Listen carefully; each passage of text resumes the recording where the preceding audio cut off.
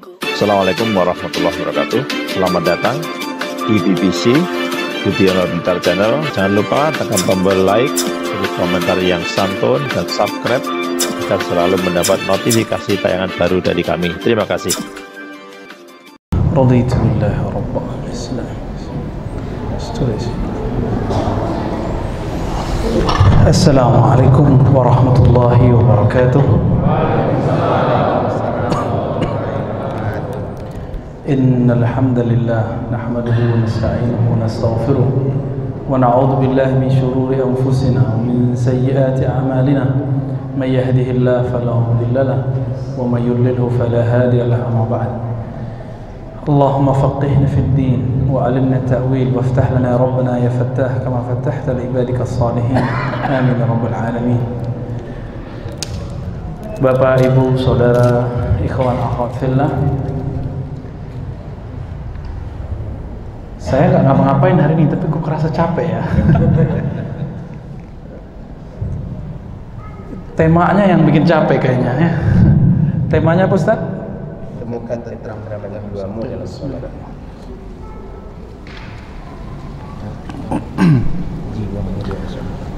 Berarti ada dua kata kunci, tentram dan sholat. Nah, dari situ kita masuk ya. Di dalam Al-Quran, kata tenang itu muncul sangat eksplisit dalam surat yang sudah sering kita dengar dalam bab zikir. Surah Ar-Ra'd ayat 28. Sering dengar? Ala bidzikrillah tatmainnul qulub. Ala. Orang Arab kalau mau ala itu yang ngantuk langsung bangun. Ala gitu. Hoi. Gitu. Jadi Allah tapi manggilnya halus. Ala, hey, sadar. Kamu sadar, kamu tidak akan tenang dengan game. Kamu tidak akan bahagia dengan jabatanmu. Kamu tidak akan bahagia dengan pasangan yang gagah cantik. Kamu tidak akan bahagia dengan gajimu yang gede. Kamu cuma bahagia. Nah, dalam bahasa Arab jika objek didahulukan, biasanya subjek, predikat, objek. Ini objeknya dimajukan, bidzikrillah. Maka harus dipakai jar majrur. Bidzikrillah, hanya dengan menyebut Allah. Menyebut nama Allah, mengingat sifat-sifat Allah, berhubungan kontak langsung dengan Allah.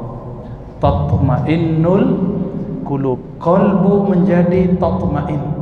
Qalbu itu bahasa Arab artinya taqlibah, suatu yang bergerak-gerak.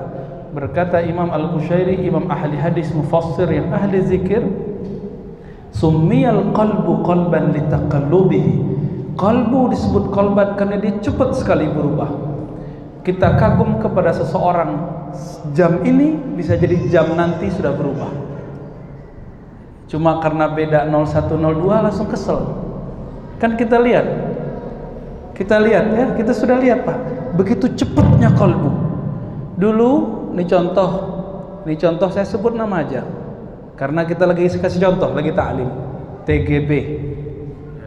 Sekarang yang milik nyoblos 02 pasti kesel sama dia, tapi yang nyoblos 01 seneng sama dia. Kenapa? Dulu dikatakan next presiden, Hafiz Mufassir, Doktor Azhar, kakak kelasnya Ustaz Arnaf. Dulu digadang-gadang kayaknya melebihi semuanya. Tapi cukup dengan dia beda nyebrang politik dan sudah banyak orang benci. Begitu cepatnya kalbu membenci. Ya kan? Jadi jangan percaya dengan pandangan pertama. Jangan percaya dengan asumsi pertama, karena kalbu cepat berubah. Nah, banyak itu ya. Orang nikah kalau pesta di kantor, kalau di gedung mahal gak? Mahal. Berapa mahalnya? Udah pernah belum? Belum pernah dia ya. Mahal ya. Tapi kemudian orang bisa dalam hitungan sebulan, sepekan, bahkan sekarang sehari sudah nggak cinta sama pasangannya. Bisa? Bisa. Begitu cepatnya kalbu berubah. supaya kalbu itu tidak cepat berubah ke negatif.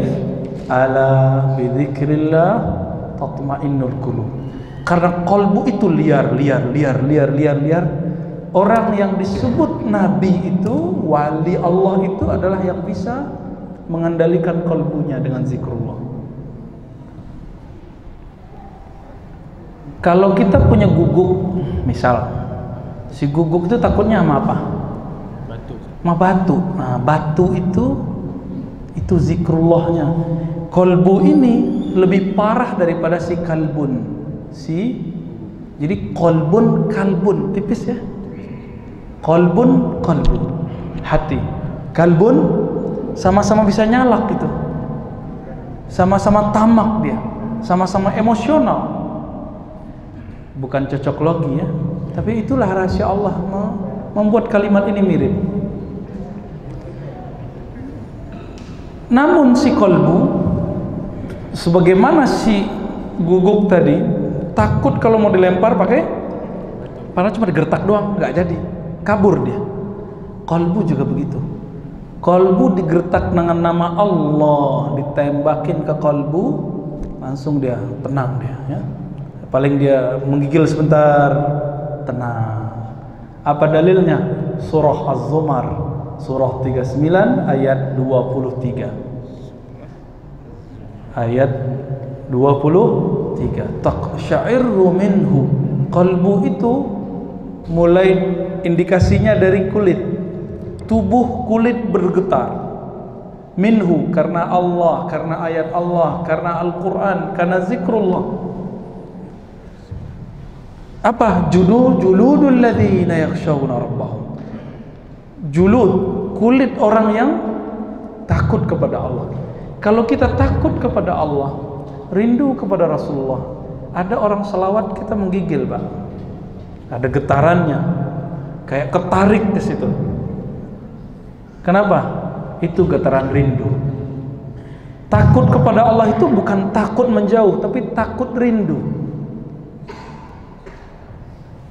Namun kalau bergetar terus kan bahaya, jantungnya nanti bisa jantungan. Maka fitrahnya kalbu, kalau sudah ketemu namanya Allah, summa talinu juluduhum wa qulubuhum illa dzikrillah. Maka si kalbu yang tadinya bergetar, maka kalau ada orang zikir sampai berteriak, bergetar, itu tidak bid'ah. Itu emang efek kalbu, tapi jangan tiap hari, Pak. Ya, berisik juga kita ya, terganggu juga kita, dan tidak baik untuk jantungnya, dan tidak baik untuk emosionalnya. Dia harus dilatih terus zikir. Summa, pakai summa. Dalam bahasa Arab summa itu beda dengan fa. Summa itu nanti, akan, proses, kemudian gitu. Jadi ada prosesnya. Kalau pakai fa bentar aja, maka setelah ini langsung. Tapi jika pakai thumma, dia ada jaraknya. Maka orang kalau rajin merawat kalbunya, nanti kalbunya pasti lembut. Talinu juluduhum wa qulubuhum ila dzikrillah. Lalu kalbunya akan lembut. Itulah kalbunya sahabat Nabi Abu Bakar, Umar, Utsman, Ali, Talha, Zubair, dan sahabat-sahabat mulia, Salman Al-Farisi, Abu Darda, dan semua sahabat Nabi. Awalnya mereka kenceng. Masih ingat kisah Abu Darda, Abu Zar. Abu Zar itu orang yang Islam nomor 5. Ana khamisuhum islaman. Di riwayat lain rabi'uhum islaman, dalam kitab Al-Isti'ab karya Ibnu Abdul Bar. Apa kata Abu Zar? Kami di kampung kami Bani Ghifar mendengar ada seseorang yang jujur lalu mengaku dapat wahyu. Maka kami penasaran, datanglah ke Mekah. Di Mekah ternyata Nabi baru punya murid Khadijah, Abu Bakar sama Ali. Berarti muridnya berapa? Waraqah bin Naufal udah mati. Siapa Waraqah bin Naufal? Paman Khadijah yang ahli kitab Injil, mengerti Taurat, udah wafat. Jadi kalau dihitung 4 sama Waraqah bin Naufal, tapi ini nggak dihitung. Dihitung cuma Khadijah, Abu Bakar, Ali radhiyallahu taala anhu. Lalu Abu Zar udah nyampe di masjid Nabi Muhammad, karena dakwahnya baru ke 3 orang ini, aslinya dakwahnya harusnya di masjid, tapi karena orangnya belum banyak, masjid masih banyak berhala, masih banyak orang-orang yang menyembah berhala, bahkan tawaf tidak pakai celana, tidak pakai baju. Jadi itu Masjidil Haram pernah dikotori oleh orang-orang kafir Quraisy. Mereka mengatakan kita harus suci, maka kita harus buka semua. Tuh aliran nyeleneh ya. Kalau ada aliran nyeleneh gitu, dia menghidupkan ajaran jahiliyah, paganisme. Tiba-tiba datanglah Abu Dzar, tunggu Nabi hari pertama, hari kedua, hari ketiga udah habis bekal. Ternyata Abu Dzar gak sendiri, dia saudaranya wa ummu dan ibunya, tapi saudaranya ini saudara seibu beda ayah, Abu Dzar Al-Ghifari. Apa yang terjadi? Hari keempat cuma minum Zam-Zam. Nabi Muhammad juga tidak kunjung datang, tapi dia percaya pasti ada. Waktu itu kan belum ada Google, belum ada YouTube, mau cari ini ustadznya ada nggak di YouTube, kan begitu sekarang ya. Sejak kapan YouTube jadi standar ustadz itu berilmu? Banyak di kampung-kampung sana ulama-ulama yang ikhlas, tidak digaji, hanya Allah yang gaji dia, gak ada di YouTube Pak. Tapi namanya terkenal di langit sana. Allah kelunjungi terus, orang kirim terus malaikat ke sana bawa rahmat, bawa rahmat, bawa rahmat. Ada yang jawab, Ustaz, rahmat nama saya. Ya bukan rahmat yang itu ya, rahmat Allah maksudnya. Hari ke-10, 11 sampai 20 gak ada juga. Minumnya apa? Makannya apa? Makannya Zam-Zam, minumnya Zam-Zam. Udah malam, makannya Zam-Zam, minumnya Zam-Zam. Sampai hari ke-30 Nabi biasanya sekali sebulan waktu itu masuk ke Masjidil Haram. Tiba-tiba Abu Bakar kaget melihat ada orang kurus, lemes, 3 orang. Seorang perempuan, waktu itu belum wajib berjilbab. Terus coba Abu Dzar dan saudaranya Abu Dzar yang seorang penyair. Apa yang terjadi setelah itu? Abu Bakar bertanya, ini wajahnya bukan wajah orang Quraisy. Abu Bakar hafal semua orang Quraisy. Nabi hafal semua orang Quraisy kecuali yang baru-baru lahir. Akhirnya ditanya, "Man anta?" Siapa kalian? "Man antum?" Kamu siapa? Dari mana? Dijawablah oleh Abu Dzar, "Ana Abu Dzar." Aku adalah Abu Dzar. Tapi kata Abu Bakar, wajahmu kok melas. Abu Dzar bergirang, ada yang mau ngajak nraktir nih ya. Akhirnya apa kata Abu Bakar? Kamu belum makan ya? Belum. Ternyata Nabi ada di samping Abu Bakar. Ketika Abu Bakar bertanya, apa yang kamu makan? Aku makan selama 30 hari air Zam-Zam dan minum juga air Zam-Zam. Lalu Nabi SAW bersabda, Az-Zamzam, ma'u Zamzam ta'amun wa syarab. Hadisnya hasan. Air Zam-Zam itu ta'am. Apa itu ta'am? Sama dengan makanan, juga syarab sama dengan minuman. Semenjak saat itu orang jadi tahu rahasia air Zam-Zam. Walaupun 30 hari bisa hidup dan tidak masalah, justru pembuangan detok. Keluar penyakit-penyakit Abu Dzar, maka umur Abu Dzar panjangnya bukan main. Lalu Abu Dzar diajarkan oleh Nabi la ilaha, pengajaran itu disebut talqin zikir. Apa arti talqin? Pembimbingan zikir. Talqin bukan hanya untuk orang mati, tapi lebih diutamakan untuk orang yang hidup. Maka ditalqinlah siapa? Abu Dzar, saudaranya dan ibunya. Abu Dzar paling kencang zikirnya, masuk kalimat itu Allah itu ke dalam dadanya, mengalir ke jantungnya, ke tubuhnya, ke darahnya, ke tulangnya. Maka Abu Dzar mengatakan ke Abu Bakar, wahai Abu Bakar, izinkan aku mengumandangkan, mendeklarasikan kemenangan tauhid di dalam qalbuku. Kan lagi rame deklarasi ya. Apa yang dia deklarasikan? La ilaha illallah masuk ke dalam dirinya. Apa kata Abu Bakar? Dulu aku juga kayak kamu. Pertama dapat la ilaha illallah, pengen nunjukin ke orang, siapa aja ngelawan, aku lawan. Kata Abu Dzar, itu mah kamu, aku beda. Tapi Abu Dzar terus, tanpa sepengetahuan Abu Dzar tembus ke Masjidil Haram yang banyak berhalanya saat itu, dan dia mengatakan asyhadu an la ilaha illallah. Itu kata-kata dia menggetarkan berhala-berhala semua. Semua orang kafir awalnya takut, tapi pas dilihat ini orang nggak dikenal nih, gebukin aja, digebukin, buh. Tapi dia nggak ngerasa apa-apa, langsung pingsan. Dia nggak ngerasa sakit, tapi udah bonyok. Tahu-tahu bangun. Siapa yang membawa dia? Paman Nabi yang belum masuk Islam, namanya Ja'far, atau saudara Nabi ya, Ja'far, saudara sepupu Nabi. Ja'far mengatakan, kalian jangan coba-coba ganggu ini orang, saya kenal ini orang, namanya Abu Dzar. Dia tinggal di daerah Ghifar, Bani Ghifar.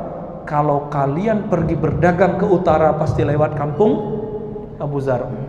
Orang Arab itu kalau kita bunuh satu orang kaumnya, maka nanti orang kaum sono akan datang sekampung menghancuri kaum kita, membunuh kaum kita. Maka kata Ja'far apa?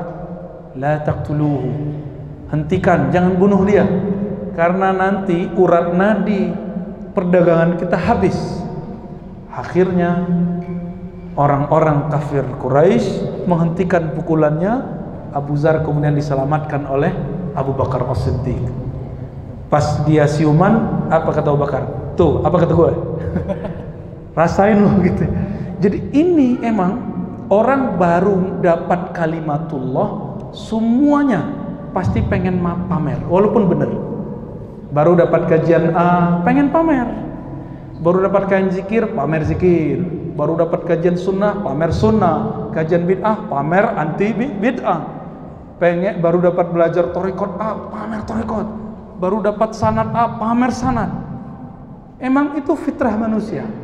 Maka sabar-sabar sama orang yang suka pamer, nanti dia capek sendiri. Ya, kita semua punya sikap pamer, Pak. Semua, saya juga. Ayatnya itu kan tidak ada di surah Al-Hadid. Ayat keberapa itu? Ya, innamal hayatud dunya, hanyalah dunia itu apa? Main-main, senda gurau. Ya, apalagi tafakhur. Lahun walaibun tafakhur. Apa tafakhur? Berbangga-bangga dalam anak, harta, bermunafasah, begitu terus. Cuma itu dunia. Awal-awal dapat mobil gimana?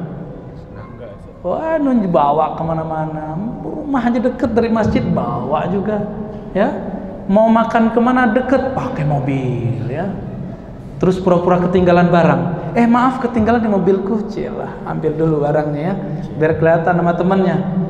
Mobil lu baru ya. Akhirnya ketahuan deh, mobil baru, motor baru, apalagi pasangan baru. Bahaya ini ya. Yang belum telan ludah aja ya. Allahumma shalli ala Muhammad.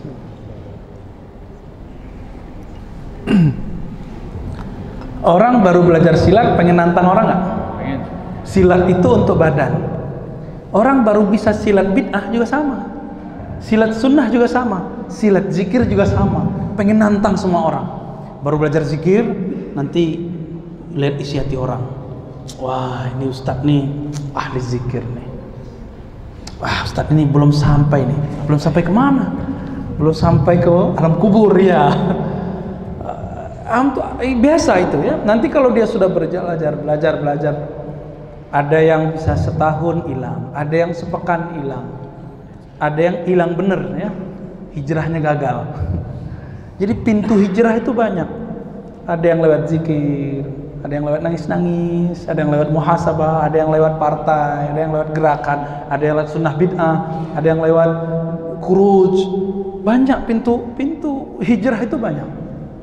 Jangan monopoli bab hijrah. Ya. Kembali ke surat Az-Zumar, ayat berapa tadi? Ayat 23.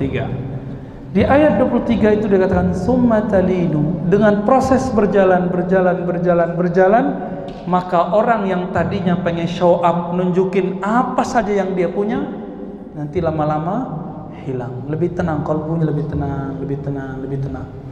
Talinu juluduhum wa qulubuhum, tapi dengan syarat cuma satu, ila dzikrillah, kepada mengingat menyebut nama Allah.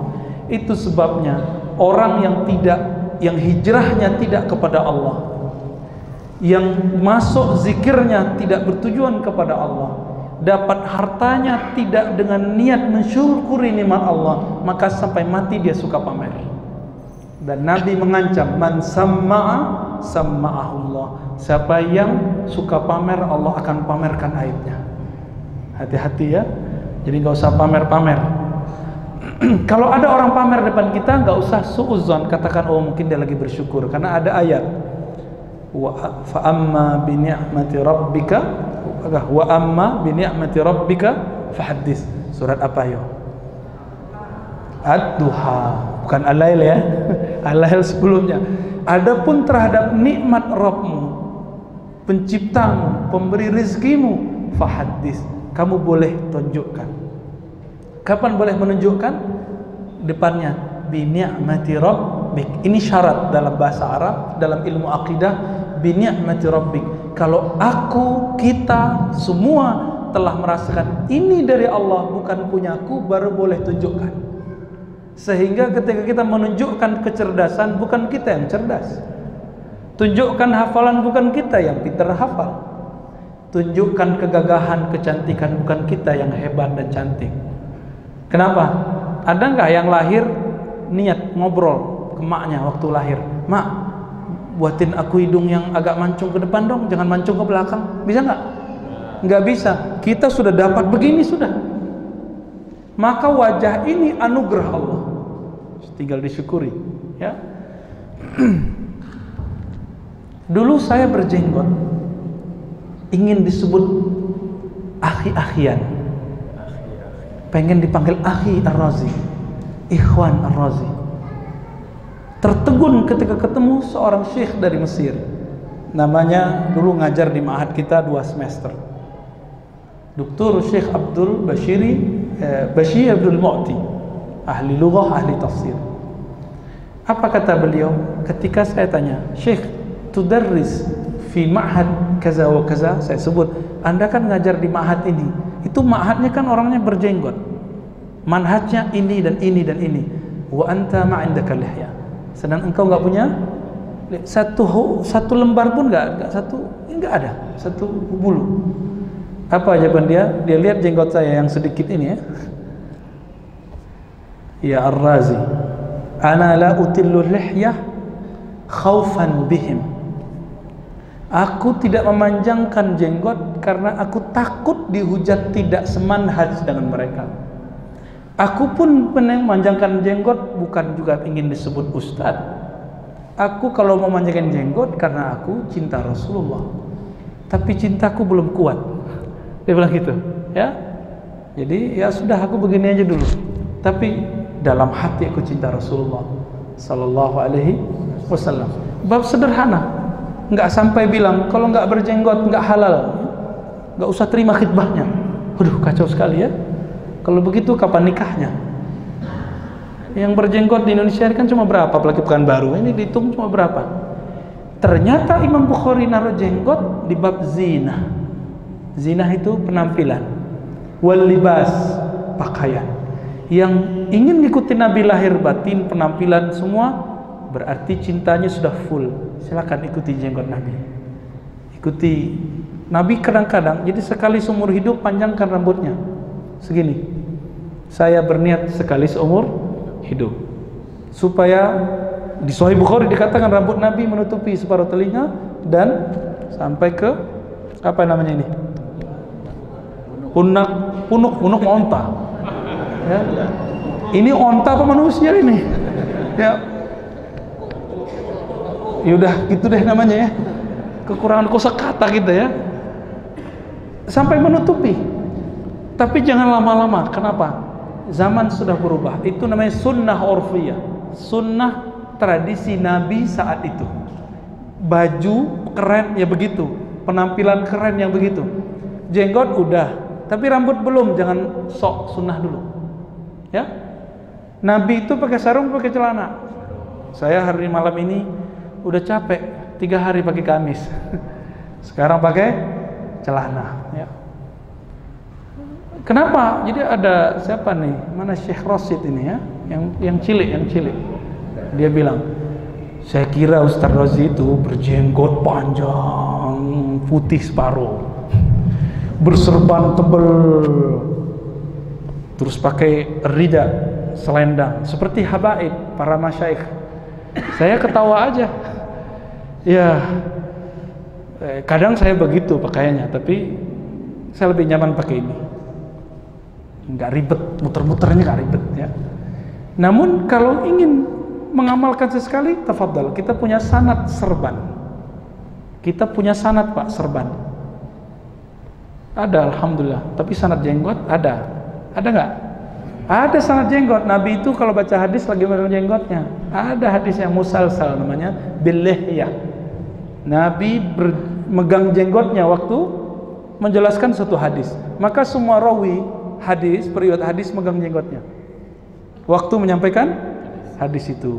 Maka meranalah yang tidak punya jenggot, tidak Allahumma sholli ala Muhammad. Kembali ke surah Az-Zumar. Di surah Az-Zumar, zikir itu awal bikin kita bergetar, lama-lama bikin lembut, karena zikir itu mainan kolbu. Karena kolbu itu rajanya jiwa, rajanya badan, maka orang baru dapat mainan, nunjukin gak? Anak kecil baru dapat mainan, nunjukin ke temannya gak? Sama. Karakter itu akan berubah sebatas umurnya. Kalau mainan anak kecil ya mobil-mobilan. Kalau orang anak sudah gede, kalau anak umur 5 tahun, mobil-mobilan. Kalau udah 25 tahun, mainannya mobil beneran, motor beneran. Ya, tunjukin ke temannya. Kalau perlu, di zaman-zaman kita dulu masih unyu-unyu ya, tahu unyu-unyu nggak?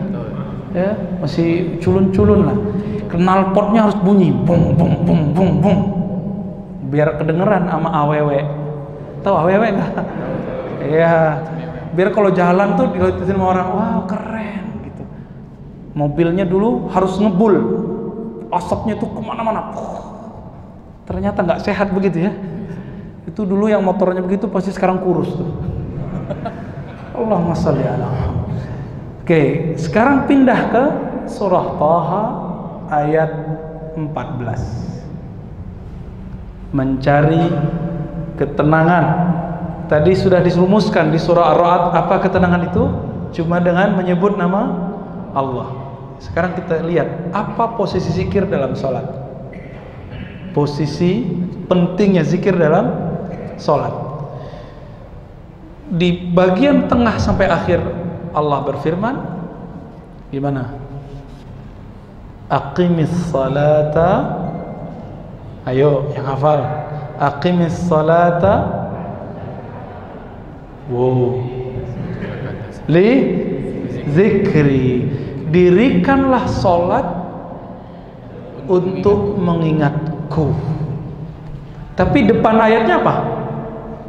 Innani anallah la ilaha illa ana. Ini disebut tauhid la ilaha. Tauhid la ilallah bukan teori, tapi tauhid la ilallah itu dibaca, diresapi. Jadi kalau habis pengajian sudah punya tauhid belum? Baru punya ilmunya, belum punya amalnya. Oleh karena itu Nabi selalu mengatakan man qala la ilaha illallah, man qala la ilaha illallah, begitu.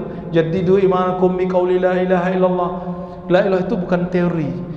Tauhid uluhiyah, rububiyah, sifat 20 enggak cukup. Itu teori. Harus ada prakteknya. Harus ada prakteknya. Kalau ada orang menunjukkan jurus-jurus silat di YouTube, kita lihat, kita ikuti. Udah bisa belum? Cepat bisa nggak? Setahun juga nggak lolos-lolos. Kalau ingin belajar membaca la ilaha illallah hanya pakai YouTube, tembus nggak ke kalbu? Tembusnya ke kuota. Nggak tembus ke kalbu Pak. Jebol WA-nya, ya berat. Kalau itu aja bisa berat, data apa yang kita lihat, yang kita rekam, yang kita tonton di WA itu, di HP itu bisa berat. Sebaiknya yang memberatkan kalbu itu apa? Kalimah-kalimah Allah. Bagaimana beratnya nama Allah? Coba lihat hadis Imam Tirmizi. Dalam hadis Imam Tirmizi dia katakan bahwa nanti di hari kiamat ada orang yang gak punya amal banyak, tapi dia punya rahasia di kalbunya. Ketika ditimbang amalnya oleh Allah, disuruh malaikat mizan, malaikat penimbang, ditimbang semua dosanya, disebutkan sijilat, sepanjang lembaran yang ada di zaman itu, di masa itu, di padang mahsyar, sejauh itulah, sebanyak itulah dosanya. Banyak nggak tuh? Jadi kalau orang ngeprint yang pakai bulat itu, yang biasanya di Indomaret itu ya, kan bulat tuh, untuk struk, bukan struk yang tepar itu ya. Sepanjang itu dosanya. Satu rim, kira-kira begitu ya. Satu rim 50 lembar ya. 500, oh sorry, kurang nolnya. Sebanyak itu dosanya, akhirnya malaikat azab, penunggu neraka sudah siap mengikatnya dan menariknya.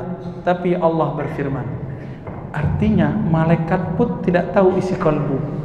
Yang di kalbu itu malaikat nggak tahu. Niat antum kesini ngapain Allah nggak tahu. Allah tahu. Kalau malaikat, jadi niat antum kesini yang tahu cuma, tapi malaikat nggak tahu. Yang tahu cuma kita, dan begitu ajibnya kalbu. Coba ayatnya, surah Luqman. Innallaha alimun bidzatis sudur. Pakai inna, sesungguhnya Allah tahu apa yang ada di dalam sudur, di dalam dada. Enggak disebutkan malaikat, tapi disebutkan Allah. Malaikat cuma catat yang lahir-lahir, yang zahir-zahir. Maka Allah katakan ke malaikat mizan, hei malaikat, bedah jantungnya, bedah dadanya, bedah kalbunya. Dulu kalbunya pernah bergetar nyebut namaku bukan? Cek, dibuka. Jadi selain Nabi Muhammad, ada hamba Allah yang dibedah. Mau dibedah nggak nanti? Nah, nggak apa-apa dibedah. Dibuka, isinya bukan 01, bukan 02. Ada yang istighfar depan saya nih ya. Bukan selain Allah. Apa dalam kalbunya? Nama Allah. Allah. Dalam riwayat Imam Al-Baihaqi dikatakan Allah itu berdenyut. Di riwayat Imam Tirmizi, la ilaha illallah, la ilaha illallah, la ilaha illallah. Terus jalan kalbunya, gak pernah berhenti. Ternyata dia waktu wafat, dia dapat talqin zikir la ilaha illallah, mati. Saat kalbunya bergetar, mati. Maka kalbu yang bergetar ini tidak pernah mati, cuma tubuhnya yang mati. Dari dia mati sampai kiamat berapa lama itu getarannya? Ditimbanglah kalbu yang ada nama Allah bergetar itu. Karena di surah Al-Anfal gimana? Iza dzukirallahu wajilat qulubuhum, disebut nama Allah, kalbunya berdenyut kencang. Seperti orang, bisa jadi orang jatuh cinta, ketakutan, atau mau ujian kan deg-degan. Yang kemarin ikut ujian CPNS, deg-degan kan? Ada yang tangannya udah letoy duluan ya, udah gemetaran, nggak jadi, salah terus mencetnya. Saya nggak pernah ikut ujian, jadi nggak tahu. Ya. Mau meramar, getaran kalbunya sampai ke lidah. Akhirnya ngomong, manggil mertuanya mas. Gak diterima jadinya ya. Begitu efek kalbu. Ditimbanglah nama itu, kalbu itu, kalbunya diambil, timbang. Semua dosanya ditaruh. Awalnya masih begini-gini ya. Lama-lama ternyata yang di dalam kalbunya keluar, tambah berat. Makanya orang yang kalbunya ada nama Allah, kata-katanya bisa tebar, masuk ke kalbu kita, tembus ke kalbu kita, bukan masuk kanan keluar kiri. Itulah Nabi, itulah pewaris para Nabi, para sahabat, pewaris para sahabat, para tabi'in, tabi'ut tabi'in, sampai hari ini mereka masih ada.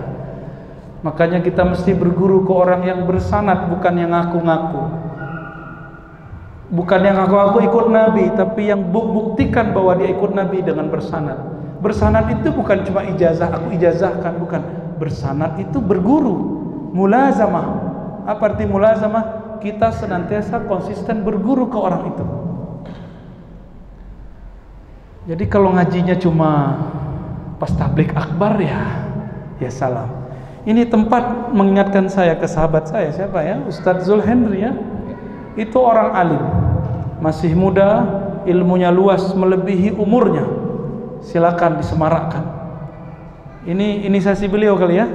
Tempat begini emang beda Pak. Kalau duduk di atas begini itu rasanya beda. Makanya ulama-ulama Al-Azhar, ulama-ulama sebagian di Yaman, kalau taklim dia buat mimbar begini. Pas saya buka hadis, mimbar Nabi kayak gitu atau kayak gini? Ternyata benar kayak gini, mimbarnya Nabi. Kalau ini namanya podium.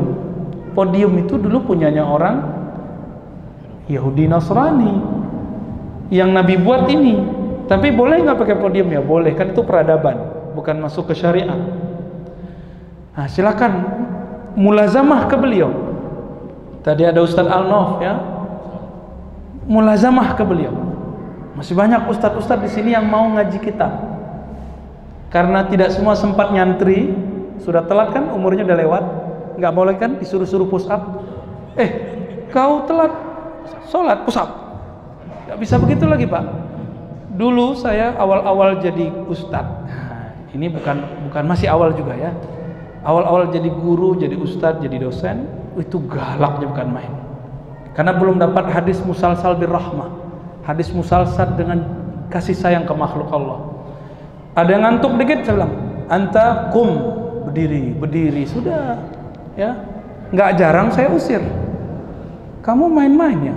Kita lagi baca hadis, kamu kok baca buku selain hadis? Ukhruj. Dulu galak Pak. Untung kita ketemu hari ini ya. Jadi yang ngantuk-ngantuk tak tidur aja lah. Tapi nggak ada ngantuk nih, alhamdulillah ya. Alhamdulillah. Kolbu begitu. Dia kalau sudah terus ditempa, lama-lama dia tambah halus. Coba ini filosofi, belajar ke alam. Karena Allah mengatakan siru fil ard, jalanlah di muka bumi. Itu ayat tertulis. Ayat tak tertulisnya apa? Kalau kita lihat orang ngasah sabit, masih ada nggak orang yang nyabit rumput sekitar Pekanbaru? Udah susah ya. Wah belagu, sok kuto ya, seorang kota. Coba kita keluar Pak, lihat di situ ada orang nyabit rumput pakai sabit. Kalau agak sedikit susah narik rumputnya, terus diapain? Diasah. Ngasahnya, asahannya ada dua, ada yang halus, ada yang kasar. Kalau dia pengen cepat, dia pakai yang mana? Pakai yang kasar dia. Tapi kalau dia pengen lama tahannya, dia pakai yang mana? Tapi lama nggak ngasah pakai yang halus? Boleh cepet-cepet nggak? Enggak, emang halus juga, halus. Bahkan kadang nggak bunyi. Tapi kalau yang kenceng itu, yang kasar itu, ya bunyi deh. Begitu Pak. Orang yang baru dapat ilmu kajian baru itu kasar-kasar ngomongnya kadang. Kita semua begitu. Kalau kata teman saya, ikhwan khuruj, terima tabligh, ngejos tak gitu. Tahu ngejos nggak? Ya kayak bukan jos yang minuman penguat itu. Lagi jos, lagi semangat. Kalau kata teman kita ikhwan muslimin, lagi ghirahnya tinggi tak?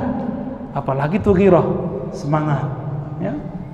Kalau orang pesantren hamasah, wahimmah, semangatnya lagi melangit tak? Emang nggak bisa dihadang itu. Itulah kelebihan anak muda. Tapi kalau anak tua dapat kajian keras, kita lihat mukanya, kita udah kesal duluan Pak. Lah bapak ini udah bau tanah masih aja mau cari masalah di masjid ya? Mau nyalahin kita aja. Nah, tapi sabar Pak, dia badannya tua tapi ilmunya kan masih muda. Nanti lama-lama dia capek. Saya udah ketemu ratusan orang yang curhat mengatakan, Ustadz saya dulu keras, orang kayak Ustadz nih habis saya hina.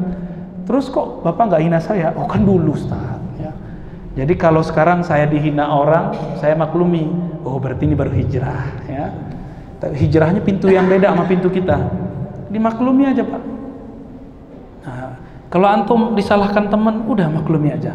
Ya, terima kasih. Karena setiap kali ada orang menghujat kita, Allah angkat kita. Apa kata Nabi?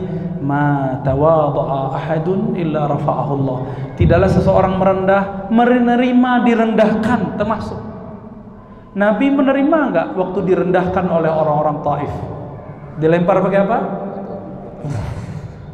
Dilempar pakai batu, bahkan pakai tai onta. Nabi terima?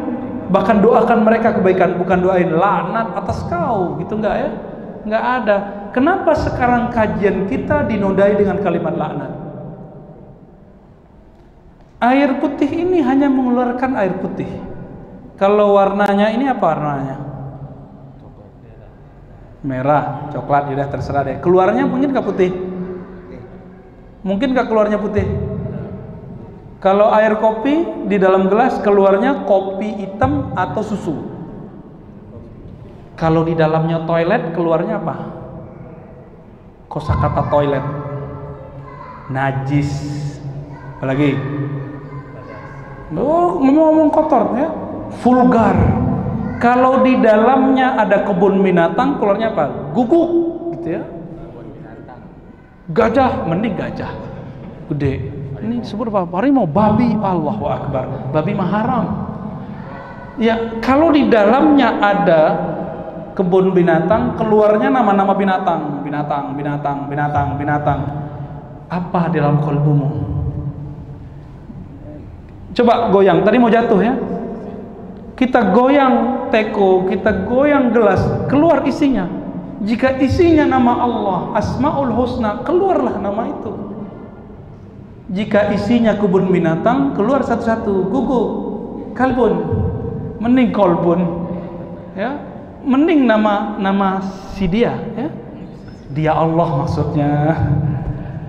Tapi ini yang keluar apa? Dikasih pertanyaan dikit, ustadznya sensitif, langsung keluar kalimat-kalimat tidak pantas. Berarti belum pantas dia untuk berbicara kolbu. Itulah problem kita hari ini. Fanzur amman ta'khuzuna dinakum. Maka perhatikan gurumu, pilih gurumu yang benar-benar, yang lahir batinnya mewarisi Rasulullah sallallahu alaihi wasallam. Jangan hanya sorbannya, jangan hanya kopiahnya, bajunya, celananya, betul akhlaknya semuanya. Ada orang cantik duduk samping kita di bus. Awalnya senang. Kita perhatiin dikit ketus dia. Kau ini apa, lihat-lihat berjenggot tapi nggak qaddul basar. Bisa juga dia ngomong qaddul basar. Tahu qaddul basar kan? Jaga mata. Ngerti juga tuh akhwat yang kurang baju ini ya. Iya, namanya mata kan melirik dikit-dikit ya. Dia bilang, wah, jadi cantik nggak dia? Galak ya. Galak nggak jadi cantik. Ada orang bening kulitnya tapi apa aja belagu, nggak mau salaman sama orang, najis, ya, ketemu orang, bau. Dia cantik tapi akhlaknya tidak cantik. Ada orang bersorban tapi akhlaknya tidak akhlak sorban. Ada orang bergamis tapi tidak akhlak gamis. Ada bersarung tidak akhlak sarung. Bukan ngelarang pakai ya, bukan ngelarang nggak pakai baju, bukan. Nanti yaudah Ustaz saya nggak pakai baju aja, bukan. Maksud saya kalau cari guru jangan tertipu sama pakaian. Li'annal ajabu fil libas, kekaguman terhadap pakaian cuma sampai dia ngomong. Kalau dia udah ngomong ketahuan isinya apa. Ya. Aqimis salata lidzikri, ini bagian terakhir. Dirikanlah salat untuk mengingatku, menyebut namaku. Maka inti salat adalah zikrullah. Oleh karena itu Nabi itu mengajarkan zikir. Ada zikir yang temporal. Wasabbihuhu bukratan wa asila. Surat Al-Ahzab ayat 42. Sebutlah, bertasbihlah kepada Allah pagi dan sore. Itu zikir namanya zikir muakkad. Zikir yang ada waktunya, muayyan. Kita sebut zikir maksurat, ratib, hizib, apapun namanya. Terus di ayat 41-nya, ya ayyuhallazina amanu zkurullaha zikran katsira. Hai orang beriman, sebut, ingat Allah sebanyak-banyak. Kalau banyak itu 100 banyak nggak? 500 banyak nggak? 1000 banyak nggak? Jadi boleh nggak kalau zikir 1000? Terus kalau ada yang bilang, Nabi nggak pernah zikir 1000, gimana jawabnya? Gimana cara jawabnya? Tanya balik sama dia. Quran itu turun ke Nabi bukan? Dia pasti jawab, iya. Bacain ayat ini, surah Al-Ahzab ayat 4. Ya ayyuhallazina amanu dzkurullaha dzikran katsira. Hai orang beriman, zikir sebanyak-banyaknya. Banyak di situ kan tidak dikatakan tak terhingga, enggak. Banyak. Yang penting banyak angkanya. Yang banyak angka atau apa? Angka apa rasa? Rasanya banyak. Ada nggak begitu? Manisnya banyak. Bisa nggak begitu? Orang bilang banyak angka. Jumlahnya banyak. Baru benar? Oke. Maka itu ingin menyebutkan angka. Ada ulama memilih zikir tiap hari 1000. Ada yang memilih 5000. Ada yang memilih 10.000. Ada yang memilih 70.000. Itu banyak. Jadi tidak bid'ah. Oh Ustaz, ente salah. Nabi cuma zikir subhanallah 33 kali. Wah, ini belum khatam Sahih Bukhari nih. Ya, nggak usah Bukhari deh, Al-Azkar Nawawi aja 1 jilid. Bukhari kebanyakan 4 jilid. Udah khatam belum Azkar Nawawi? Belum ya? Ya udah, apa dong? Arba'in. Itu mah dikit ya, 40 hadis nggak ada tentang yang tadi. Nabi SAW ternyata zikirnya macam-macam. Ada yang angkanya 1, ada yang 3, ada yang 15, 10, 15, 25, 50 nggak ada. 33, 34. Pertanyaannya, subhanallah 33. Tadi imam kita ngimamin sampai saya ketiduran, Pak. Allahu Akbar, Allahu Akbar. Saya tidur, tuh mimpi itu ya. Saking indahnya suaranya. Terima kasih Pak Imam ya. Mana imam kita tadi? Ya, biasanya saya kalau zikir tuh melek. Ini kok 2 hari, 3 hari di Pekanbaru, setiap kali orang zikir saya ketiduran terus. Kita udah lama cari tidur, lagi duduk udah lama. Ini baru ketemu kemarin. Ya, saya kira di bekam hilang, Pak. Ternyata enggak. Udah bekam kita kemarin, oh ternyata itu nikmat ya. Biasanya terasa lama jadi pendek. Kalau Nabi zikir 33, itu 33 batasan atau contoh? Kalau contoh berarti boleh kurang, boleh lebih nggak? Kalau itu batasan, kurang dari 33, 32 bid'ah. Masa kita zikir 32 bid'ah? Ya, ya udah lebih 35 bid'ah nggak? Kalau ada orang mengatakan zikir 1000, 2000 bid'ah, kasih tanya itu, gimana kalau zikirnya 35? Bid'ah enggak? Kalau dia bilang bid'ah, ya salam. Fa'arid anil jahilin, maka berpalinglah dari orang jahil. Enggak usah dilayani lagi, sudah. Ya salam ya akhi. Kalau enggak bisa debat, ya salam ya. Ya salam itu artinya apa? Lepaskan semua aib, lepaskan semua apa yang tergores di kalbu, biar nyaman hidup ini. Orang yang paling sempit dunianya, orang yang paling banyak debatnya. Kita udah nggak debat tapi nonton debat, sama aja. Nyesek nggak nonton debat? Nyesek. Malam ini sampai Ramadan nanti semoga ketemu Lailatul Qadar. Kurangi debat, jangan nonton debat lagi. Kasihan kolbu. Kolbu kita kasihan, Pak. Mata ini udah nonton, udah seneng dia matanya. Telinga dengar seneng, kolbu seneng nggak? Tersiksa dia. Maka kolbu kita bilang, bro, udah dong, sis, udah dong. Nggak kita dengerin, otak kita budek di situ. Dia bilang, asik loh, kan seru ya ngeliat orang tengkar. Emang kita punya bakat, emang pengen melihat orang beradu. Itu kan dulu zaman-zaman di Minangkabau dulu kan ada perang Padri. Mereka menghapus perang ayam, tahu nggak perang ayam? Adu ayam. Emang seneng, Pak. Saya waktu kecil pernah ngadu ayam. Ya. Tapi kemudian baca sejarah perang Padri. Itu ayam kita jago sekali, warnanya aneh. Nggak ada warna seperti itu. Itu tajam, apa namanya di sini? Taji ya, bukan taring ya. Kalau dia begini, bisa 2 ayam langsung tepar. Sakti juga nih ayamku nih ya. Judul ada candunya. Itu ngeliat ayam candu kita, Pak. Oke, sekarang ngeliat orang tengkar, seneng nggak?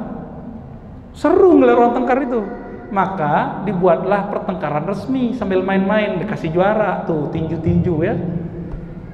Orang yang agak cerdas sedikit, dia nggak mau lagi tinju-tinju, capek ngeliat tinju-tinju. Mending tinju-tinju otak. Itulah debat. Ya, maka lakulah ILC. Lakulah Najwa Shihab. Laku, kenapa? Makanan otaknya orang itu pertanda udah dewasa dikit. Belum dewasa banyak. Itu sebenarnya kabar baik, Pak. Saya awalnya senang. Wah, makanannya orang Indonesia bukan hanya lagi adu ayam, bukan lagi adu petinju, adu survei, adu quick count.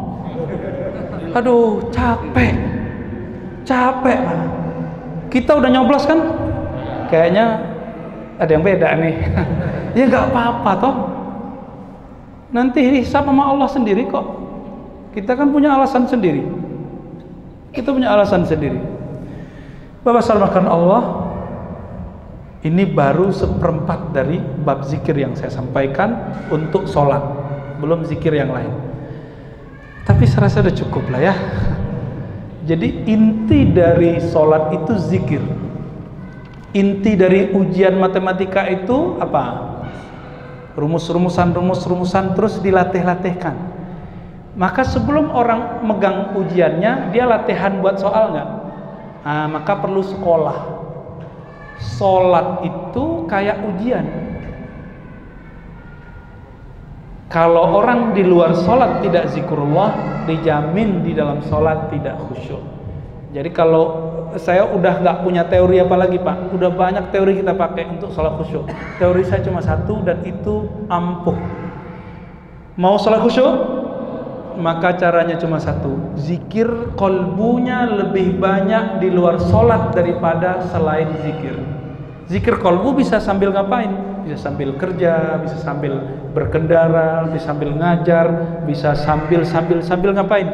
Si kolbu kan nggak terganggu. Namun untuk bisa zikir kolbu, kalau nulis nama di kertas pun, itu dirimu umur berapa bisa nulis? 6, 5. Kelas 3 udah bagus tulisannya belum? Kelas 5 ya, berarti 5 tahun baru mantap nulisnya ya. Bisa nulis sambil dengar, itu udah kapan? Sambil dengar nulis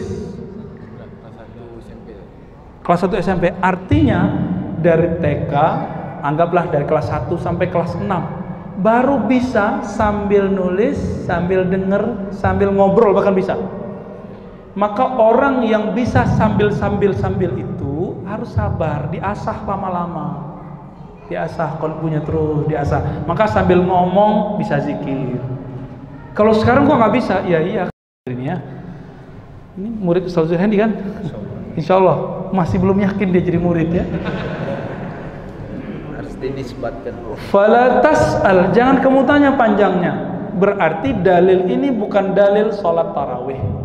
Kelirulah orang jika memasukkan ini sebagai dalil sholat tarawih.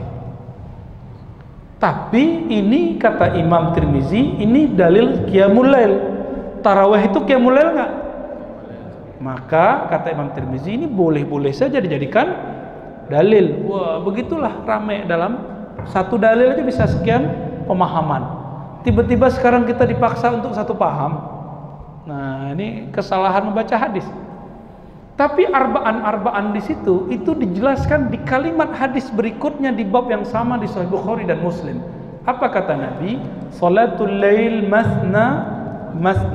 Salat malam itu mesti satu atau dua rakaat. Dua rakaat. Maka hadis yang pertama itu hadis am, yang kedua hadis khas. Am artinya umum, khas artinya khusus. Ulama ahli usul fikih sepakat mengatakan jika ada dalil khusus maka dalil umum tidak boleh diamalkan, mesti ngikutin dalil yang khusus. Ketahuannya di mana? periwayat hadis yang menyebutkan Nabi sholat 2222 dan 443 itu Aisyah. Berarti sumbernya sama dan tidak mungkin Aisyah ngomong tidak konsisten. Lalu kita cek lagi, kalau ada teks begitu, kita bandingkan dengan amal sahabat. Sahabat kalau malam hari sholatnya 443 atau 222. Ternyata nggak ada sahabat yang sholat 4 coba. Bagaimana? Saya di kampung saya dari awal belum saya lahir udah begitu sholatnya. Makanya waktu kita berdebat dengan pengurus, apa kata pengurus? Aku belum lahir di sini sudah 443. Begitu. Ya, tapi kitab saya kan lebih tua. Kitab saya sumbernya Nabi Muhammad SAW. Kitab hadis Sahih Muslim. Ya, cuma kita nggak mau debat panjang-panjang waktu itu. Alhamdulillah tahun berikutnya diganti. Jadi beliau dapat pencerahan, nggak tahu dari mana. Jadi kita nggak bisa maksa orang walaupun dalil sudah sahih. Dan disebutkan dalam hadis itu, yusallim, bersalam setiap rokaatain, setiap 2 rakaat. Nah, kalau sholat yang 4 gimana? Takbir, ada nggak duduk tahiyat pertamanya? Nggak ada. Maka ini sholat aneh. 4 kok nggak ada tahiyat pertamanya? Nggak mirip sama maghrib, nggak mirip sama isya. Sholat macam apa ini? Ya itulah sholat baru yang muncul. Dan itu riwayatnya dipahami oleh Imam Son'ani. Tapi Imam Son'ani bukan Imam Ahlu Sunnah. Imam Son'ani ini Imam Zaidiyah, mensyarah kitab Ahlu Sunnah. Diikuti oleh Imam Al-Mubarakfuri, pensyarah Sunan Tirmizi. Tapi Al-Mubarakfuri ini disebut Asy'ari. Asy'ari itu beda dengan Salafi. Asy'ari itu yang ada hadisnya, itu amalan dia. Meskipun misalnya ini 443, ini 2222, maka dia amalkan 443 walaupun sekali seumur hidup. Siapa? Imam Al-Mubarakfuri dari India, ya. Maka saya kalau orangnya nggak mau dirubah dari 443, ya kita berhusnuzon dikit, Pak. Dikit. Selebihnya saya suuzon. Dikitnya apa? Mungkin dia ngikutin teks secara tekstual 443. Tapi orang ini ketahuan nggak belajar usul fikih, nggak belajar fikih, nggak belajar kaedah ahli hadis dan kaedah ahli fikih. Kaedahnya kita sudah sebutkan tadi sore, karena tidak semua hadir kita ulang. Jika ahli hadis berbeda pendapat mengenai makna hadis, yang didahulukan ahli fikih. Jika ahli fikih beda pendapat mengenai kualitas hadis, yang didahulukan ahli hadis. Kenapa Imam Syafi'i kalau sholat baca Fatihah dijaharkan padahal gurunya enggak? Bismillahirrahmanirrahim. Kenapa? Karena bagi Imam Syafi'i, Quran itu qiraat, diriwayatkan secara mutawatir lebih dari 10 orang setiap generasi. Dan dalam ilmu Al-Quran wajib membaca basmalah. Maka Imam Syafi'i mengatakan wajib mengeraskan bismillah. Itu kenapa Imam Syafi'i beda? Ustadz kan di Mekah enggak begitu. Mekah tahun berapa? Ya, ke Mekahnya kan baru tahun kemarin. Taib, ini banyak pertanyaan, kita jawab pendek-pendek aja. Assalamualaikum Ustaz, zikir yang mana yang terbaik? Istighfar, salawat, la ilaha illallah. Tergantung keadaannya. Kalau kolbunya kotor, kalau gelasnya kotor, dibersihin dulu atau langsung minum? Bersihkan dulu. Salawat, la ilaha itu minuman. Istighfar itu pembersih. Bersihkan dulu kalau kotor. Ciri-ciri kotor apa? Pas zikir la ilaha kok nggak nikmat-nikmat, berarti masih kotor. Istighfar lagi. Ulang lagi, belum nikmat, berarti istighfar lagi. Mungkin cara istighfarnya nggak benar. Bagian sini udah bersih, belakang belum. Kita masih bersihin yang depan, karena belum tahu cara teknik beristighfar. Teknik istighfar itu ditalkinkan juga, nggak main istighfar doang. Ya. Ini sudah. Bagaimana caranya supaya ketenangan yang didapatkan dalam sholat bisa berbekas pada saat di luar sholat? Nggak usah pakai teori. Zikir yang banyak di luar sholat, zikir itu yang akan membekas dalam sholat. Kalau sudah membekas dalam sholat, baru dia berbuah lagi keluar sholat. Apa kata Nabi? Bekas zikir itu sederhana, bekas sholat. Nabi mengatakan orang yang sholat 5 waktu sama kayak mandi 5 kali. Tahu hadisnya ada di Bukhari dan di Muslim. Kita nggak usah sebutkan teksnya karena buru-buru.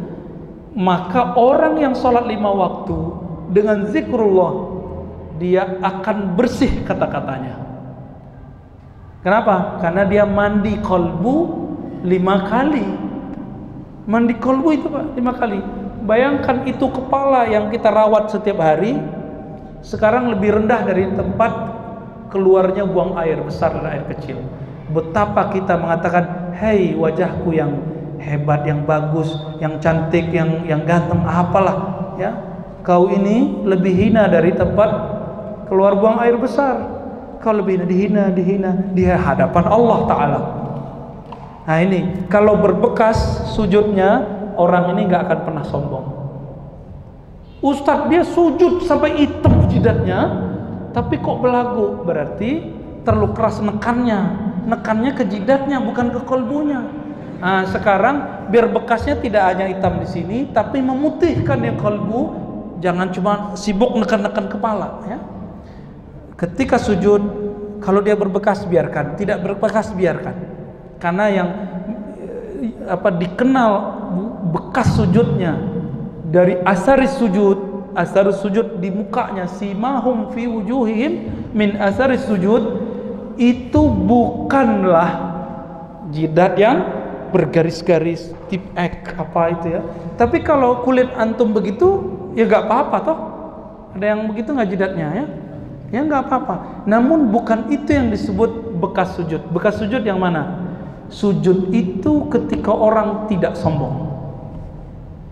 Maka kalau orang sudah sujud, mau berbekas nggak berbekas di jidatnya, tapi masih sombong, dia belum sujud. Subhana rabbiyal a'la atau subhanakallahumma wa bihamdika. Subhana rabbil a'la itu, ya Allah yang maha mulia engkau, yang maha tinggi engkau, aku rendah. Dan ajib, ini ajib. Apa kata Nabi? Aqrabul abdi, sedekat-dekat hamba, wa rabbihi, dan Rabbnya saat sujud. Bukan lagi naik gunung, di atas gunung soalnya dekat, bukan ya, tapi waktu kita ke sujud. Bagaimana cara agar iman tetap naik dan tidak turun, tapi kita berada dekat orang-orang yang kurang dekat dengan Allah? Tahu dari mana mereka kurang dekat dengan Allah? Misalnya dunia kerja. Oke. Orang itu karakternya dua, karakter dipengaruhi atau karakter mempengaruhi. Nah, kita yang mana? Kalau karakternya gampang dipengaruhi, maka kurangi gaul dengan mereka. Udah. Kalau karakternya gampang mempengaruhi, ini kita sebut karakter dai. Jadi kalau ada dia rame, apa kata teman kita? Nggak ada lo, nggak rame gitu ya. Ada kamu bikin rusuh, itu beda lagi ya. Ada dia, di mana ada dia bikin rusuh. Imamnya nggak nyaman, kita duduk nggak nyaman ya. Ya sudah terusin ya. Kalau itu beda lagi, ya, itu terlalu berbakat gitu ya. Jika ini terjadi, maka perlu yang disebut dengan majelis zikr. Para sahabat itu mereka punya hari-hari khusus untuk ketemu Nabi. Sekedar charge ya, ngecas isi kolbunya. Kenapa? Memandang Nabi sekali saja itu sudah bikin seger kolbu. Gimana kalau mandang Nabi berkali-kali? Beda kalau mandang saya ya. Bapak langsung batuk, Pak. Allahumma sholli ala Muhammad. Allahumma sholli ala.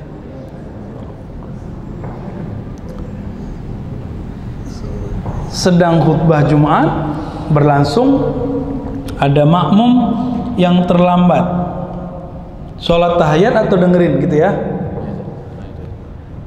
Kalau masih khutbah pertama maka dianjurkan sholat, tapi kalau khutbah kedua gak boleh sholat, nanti ketinggalan dia. Namun ada beberapa orang salah baca kitab kuning. Kalau imam sudah naik maka wajib denger, dia nggak dapat hadis. Ada orang, Nabi lagi khutbah, dia langsung duduk. Nabi bilang, as-sholaita, kamu sudah sholat? Rakataini khafifatain, 2 rakaat. Nabi bilang, belum.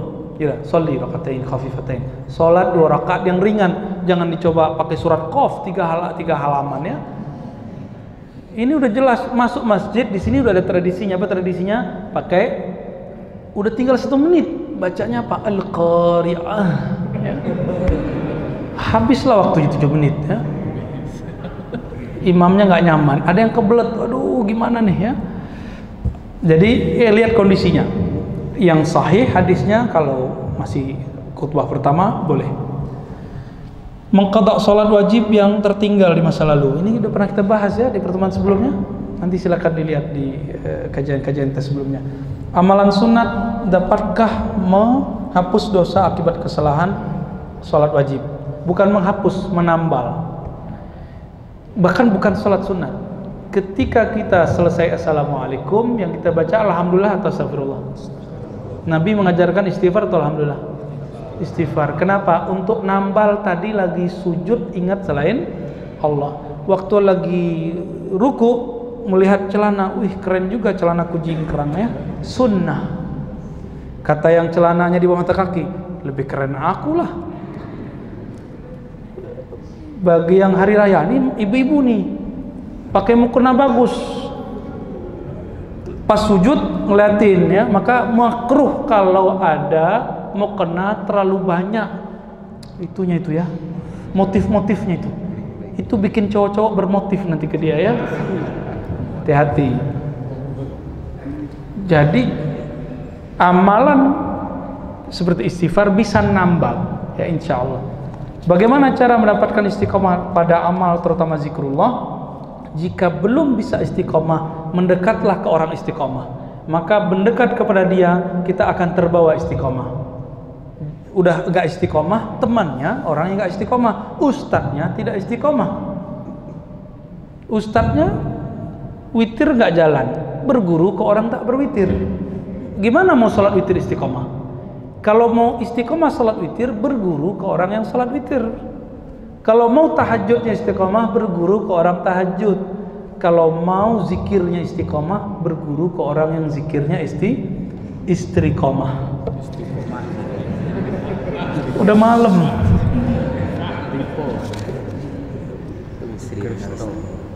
Pemuda Al-Kahfi dalam surah Al-Kahfi 18 ayat 18. Nah, ya, di surah Al-Kahfi ada tentang qalbu, ya. Itu ayatnya berat itu ya. Wala tuti' man aghfalna qalbahu, itu ya. An dzikrina. Coba dicek, benar enggak itu? Kita dulu ngafalin ayat enggak ngafalin nomor soalnya. Sampai hari ini ngafalin hadis enggak tahu nomornya. Enggak bisa ngomong kiri kanan atas, enggak pernah ngaji begitu. Ya, itu khasnya Ustadz Adi Hidayat itu ya. Allah kasih kecerdasan luar biasa ke beliau. Kita diajarin baca teksnya udah hafalin gitu doang. Ada jemaah nggak hormat ke kita, nggak apa-apa. Tapi dia bilang, kalau anda nggak tahu bilang aja nggak tahu. Ya saya kan udah jawab, hadisnya A. Kitab saya nggak ada nomornya pak. Itu kitabnya Ustadz Al-Naf, kita kajian Sahih Bukhari nggak ada nomornya. Terus dia bilang, ente aja nggak tahu, bilang nggak tahu. Ya sudah, ya salam, fa'arid anil jahilin, berpalinglah dari orang jahil. Bener? Itu tentang ini. Mungkin bukan yang itu ya. Ayat 28 kayaknya. Wala tuti' man aghfalna qalbahu an dzikrina. Jangan ikuti orang yang kalbunya lalai dari ingat Allah. Ya. Kalau 18-19 tentang Hud ya, tentang cerita Nabi Khidir dengan Nabi Musa dan si Fata, Al-Fata pemuda temannya di Musa. Ini pertanyaannya pakai bahasa Arab nih. Afdhul dzikri la ilaha illallah. Allahumma anta salam wa salam. Zikir nafas tapi merokok. Loh, maksudnya apa ini? Zikir nafas tapi merokok. Dalam keadaan merokok. Oh gitu. Ya, zikir nafas lain, rokok lain hukumnya ya. Oke. Jadi kan setiap sholat ini kadang-kadang imam baca zikir Allah. Saya tanyakan itu, apa benar seperti itu pada zikir la ilaha illallah? Ya. Yang kedua, waalaikumsalam, waalaikumsalam. Ada hadis yang sahih itu kan waalaikumsalam. Tapi dalam kebanyakan orang Indonesia ini dalam kitab Yasin itu ada yang Ya, Allah mantasalam kesalam itu ya. Maka itu tidak menyalahi. Oke, ya. Yang ketiga itu zikir tapi merokok. Ada orang mengajar kita zikir nafas dalam setiap waktu. Tapi dia merokok. Dia merokok. Oke. Bagaimana seorang berzikir tetapi dia merokok? Baik. Tak menyatu itu. Ya. Pertanyaannya borong ini. Baik, yang pertama. Di hadis Imam Tirmizi, hadisnya sahih, afdalul dzikri la ilaha illallah. Ulama kita sering baca surah Muhammad. Fa'lam annahu la ilaha illallah. Maka ketahuilah annahu la ilaha. Jadi itu tambahan ulama. Selama tidak diyakini itu sebagai ayat tapi gabungan, maka tidak masalah. Jadi afdhalul dzikri fa'lam annahu la ilaha boleh. Atau kalau saya lebih senang baca afdhalul dzikri la ilaha karena hadisnya begitu, atau fa'lam annahu la ilaha illallah. Digabung sesekali boleh. Jadi begitu ya. Jadi dua-duanya boleh. Terus yang benar itu di hadis Allahumma antas salam minkas salam tabarakta rabbana wa ta'alaita ya rabbal jalali wal ikram. Gitu hadisnya di Bukhari, di Muslim. Siapa yang menambahkan ini? Apakah yang menambahkannya ahli bid'ah? Apakah dia merasa lebih pintar dari Nabi? Kan gitu. Kan mazhab Baperiyun begitu. Ditambah dikit aja muncul pertanyaan, kamu lebih pintar dari Nabi? Nah, enggak begitu. Itu mazhab Baperiyun namanya. Baper. Kita cek ke ulama salafus saleh sahabat Nabi. Kalau baca labbaik Allah bacanya gimana? Labbaik Allahumma labbaik. Terus labbaik la syarika lak labbaik innal hamda wal ni'mata laka wal mulk. Semoga yang baca nanti umroh sesegera mungkin. Amin. Yang nggak baca ya salam. Ibnu Umar menambahkan wahdahu la syarika, ditambahkan ke belakang. Apakah tambahan Ibnu Umar itu bid'ah? Apakah Ibnu Umar merasa lebih pintar dari Rasulullah? Enggak, Ibnu Umar merasa ingin memantapkan lagi. Nabi kalimat begitu sudah ngefek ke kalbunya. Maka Ibnu Umar mengatakan, saya belum selevel Nabi. Maka dia tambahkan. Apakah dia seorang pebid'ah? Tidak. Maka ziyadah tambahan-tambahan begini sudah ada zaman salafnya sahabat. Bukan bid'ah. Jangankan itu di luar sholat. Ini kan luar sholat yang Allah mantas salam. Di dalam sholat ada hadis Bukhari, Muslim, Abu Daud, Tirmizi, Nasai, Ibnu Majah, semuanya meriwayatkan bahwa para sahabat, cuma lafaz yang ini, kalau yang kasus yang ini adanya di Bukhari, ada di Muslim, ada di Nasai. Nabi waktu sholatnya memandang ada dua riwayat, 12 malaikat naik berebut membawa satu kalimah. Di riwayat kedua 40 malaikat berebut bawa satu kalimah. Akhirnya selesai sholat Nabi bukan istighfar, Nabi nanya, man minkum, siapa yang baca Rabbana lakal hamdu hamdan thayyiban katsiran mubarakan fi. Yang Nabi ajarkan apa? Rabbana lakal hamdu bil as-samawati wal ard, sampai akhir yang kita sudah hafal. Akhirnya semua orang diam. Ya, pada takut disebut ahli bid'ah. Tapi kemudian ada yang ngaku juga ketika Nabi nanya, ana ya Rasulullah, aku wahai Rasul. Itu ditambah dalam sholat atau luar sholat? Ya.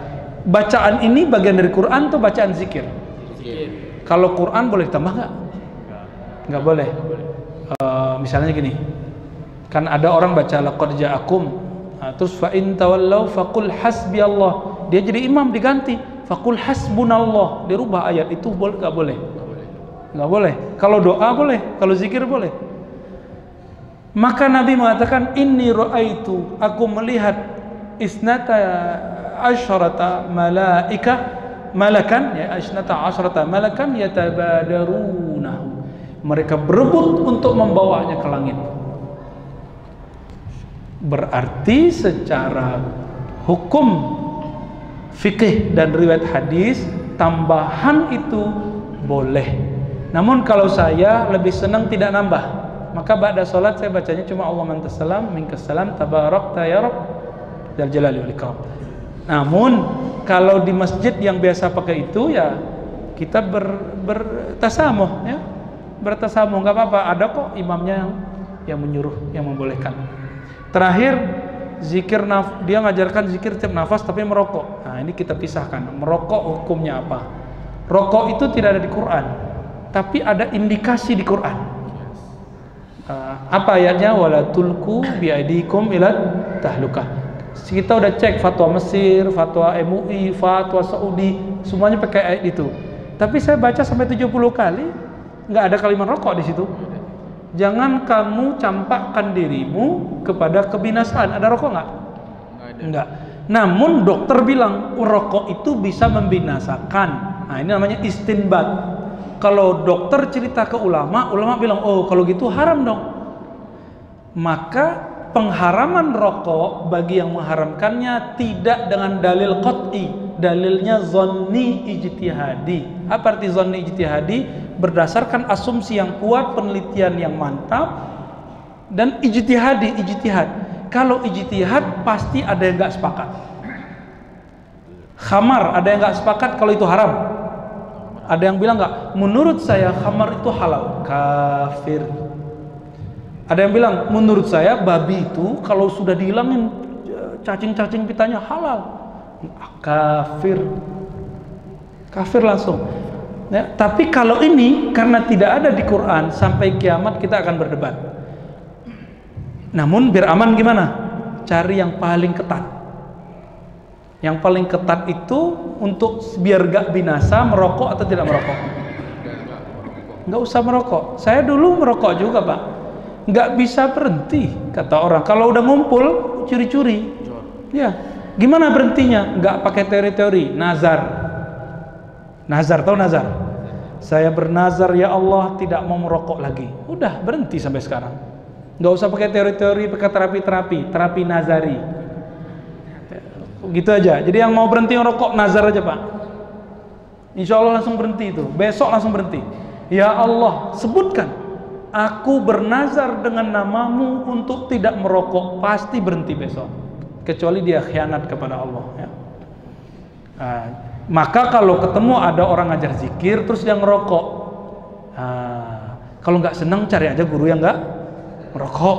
Banyak kok guru kita ahli zikir nggak merokok. Saya punya guru yang merokok, punya guru yang tidak merokok. Kalau giliran nyampe ke guru yang nggak merokok, saya pakai ayat itu, wala tulku biadikum ila tahlukah, dengan ijtihad ini. Tapi kalau ketemu sama yang merokok, kita bilang apa? Yang penting gue dapat ilmunya. Ya. Masalah dia ngerokok, nggak ngerokok, ya sudah, tahan napas saja kita, Pak. Dan itu emang butuh kebijaksanaan. Kalau cuma karena merokok kita anti kepada orang, maka banyak ulama yang ilmunya terkubur. Ya, tapi jangan ngerokok ente ya. Ya, kumisnya bukan kumis rokok ya. Oke, masih ada 2. Cukup lah ya. Cukup. 10 menit. Ini nggak bisa baca saya ini, tapi sedikit. Pak Ustadz, di Quran ada surah Al-Ahzab, ayatnya saya lupa, mengenai jilbab. Kalau dibaca artinya jadi cadar itu wajib, tapi hadis Nabi mengenai jilbab kok beda ya? Ya. Di Quran itu kalimatnya 2, jalabib dan khumur, bi khumurihinna. Jalabib di surah Al-Ahzab, khumur di surah An-Nur. Jalabib artinya pakaian yang menutupi tubuh semua. Maka saya juga pakai jalabib, jilbab secara bahasa. Perempuan juga pakai jilbab, tapi bahasa Indonesia ini kan unik. Bahasanya Arab tapi rasanya Indonesia. Contoh halal bihalal. Mana ada bahasa Arab? Ta'ali syekh halal bihalal. Pusing dia, apa tuh halal bihalal? Muhrim. Muhrim itu orang lagi ihram. Kita muhrim, sorry. Kan gitu ya. Nggak boleh nikah gitu. Mahram, bukan muhrim. Macam-macam. Ulama dalam bahasa Indonesia, ulama itu yang ceramah. Padahal ulama dalam bahasa Arab yang takut kepada Allah. Jadi bagaimana cadar? Cadar itu masuk ke ayat itu, jalabib. Karena arti jalabib itu yang menutupi semua tubuh, hatta wajah, sampai ke wajah. Jangan heran di Arab sana, laki-laki kalau musim tertentu pakai tutup semua. Pakai cadar juga. Ntar nanti pakai cadar ya. Pekanbaru unik ya, akhwatnya sudah biasa pakai cadar. Ya, saya baru ingat 2014 di Malaysia, kok perempuan pakai cadar biasa aja, nggak dianggap teroris. Kita dulu bermimpi semoga Indonesia biasa aja. Ternyata tetangganya Malaysia sudah Pekanbaru ya, semoga nanti nyebar ke sampingnya, kirinya. Biar orang tahu cadar itu justru bawa rahmat, bukan bawa terorisme, nggak ada kaitannya. Masa cadar teroris? Cadar itu bawa bom, bukan bawa tutup hidung. Ya sudah gitu aja ya. Satu lagi, kalau khumur itu yang kita sebut setelah orang pakai baju, terus dia pakai pakaian yang menutupi juyub. Juyub ini diperdebatkan. Apakah juyub itu, mohon maaf, lipatan ketiak atau juyub itu lipatan-lipatan? Semua kan banyak lipatannya. Jangan dibayangin. Ya. Apakah lipatan itu bagian ini, itu yang diperdebatkan. Maka di Mesir ulama perempuannya jilbabnya beda dengan ulama Saudi. Begitu juga di Yordan. Saya punya teman S3 dulu, orang Bahrain orang Qatar ya. Jilbabnya biasa aja kecil, tapi bajunya lebar, bajunya longgar, hitam tiap hari. Jadi dia modalnya 3 aja, hitam, besok hitam lagi, besok hitam lagi. Nggak pernah berubah. Nah, karena emang di sono modelnya hitam. Indonesia ini karena banyak warna-warna, ini jadi peradaban. Jadi maka warna hitam bukan syariah. Yang syariah itu satu, nutup aurat. Nutup aurat. Mengenai warna, selama tidak, satu, buka aurat. Hafalkan, tidak buka aurat. Ini bagian terakhir nih ya. Hafalkan, tidak buka aurat. Tidak menyerupai lawan jenis. Tidak transparan, tidak ketat. Tambah 5, tidak menyerupai ritual agama tertentu. Man tashabbaha biqaumin fahuwa minhum. Udah itu aja, 5T. Pakaian syar'i apapun modelnya, yang 5 ini sudah, itu sudah disebut syar'i. Tidak mesti ngikutin satu model di Arab sana atau satu model di tanah Melayu. Boleh semuanya. Penutup, apa zikir yang tepat untuk orang yang terkena sihir? Kul. Banyakkan kul a'udzu bil falaq. Kul a'udzu bil falaq itu cepat mentalkan sihir insyaallah. Semoga bermanfaat. Mohon maaf jika ada kesalahan dalam menyampaikan. Semoga Allah tutup aib kita. Teman-teman, terima kasih telah menonton video ini. Semoga bermanfaat bagi kita semuanya. Amin amin ya rabbal alamin. Ini kita akhiri. Wassalamualaikum warahmatullahi wabarakatuh.